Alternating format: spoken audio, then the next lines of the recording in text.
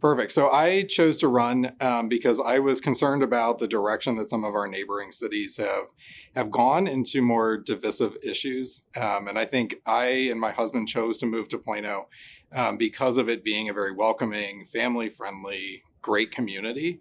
And I think that's what our city council and our candidates need to be focused on, which is maintaining that quality that people choose to move here instead of trying to create an us versus them mentality. So I think to me, the role of a city council member really is a listener at the end of the day. And they're responsible, especially in a city like Plano, which doesn't have districts. Your job is everyone. And in a city as large as Plano, there are a lot of opinions, there are a lot of thoughts. But I think at the end of the day, all of us want the same thing, which is what I just described, a place where families can move, businesses can move, and maintain a very vibrant community. And so you as a city council person have to listen to that and not be beholden to a specific group or agenda, but being willing to think outside the box to achieve those goals. So I think one is, housing, and Plano started booming as a family community. It continues to remain that, but the needs of the 21st century are different than they were in the 1980s and 90s when Plano was first growing. And so we need to be able to have people all the way from service industry workers up to company executives to have places that they can live if they want to, while they also work in Plano.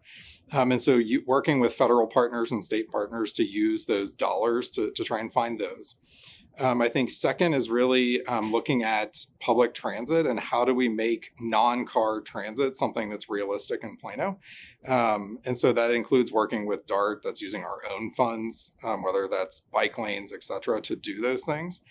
And then I think my last one is really trying to keep Plano diverse, because that's what attracts our businesses and families as well, that they want a diverse place to live and work. I think a little bit differently than some people may think, and they may look at what are our business relocations, what is our, those kind of metrics. I look at it in what are our citizens saying about our city? And if our citizens are happy about our city, then I think we've met success, because ultimately those are our shareholders, if you want to think of it that way, from a business perspective. And so we really need success when our citizens show up, they're engaged, people continue to move here. We attract quality businesses that share our values. That's what I would look at it as success. I think it's extremely important because not just are they a source of tax revenue from property taxes and things like that, and while that's important, they also bring people.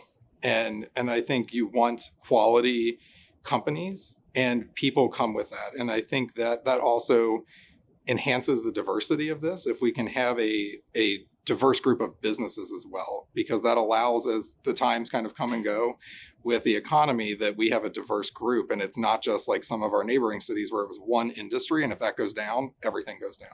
And I think Plano's been successful at that, and I want to make sure we continue to do that and not turn businesses away because of the policies of the city.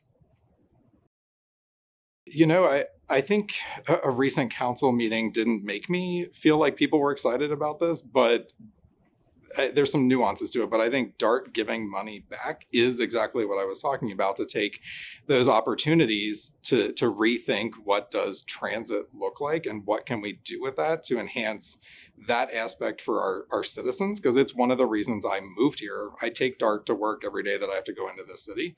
And I think we can capitalize on that as we look at employers, businesses, and families.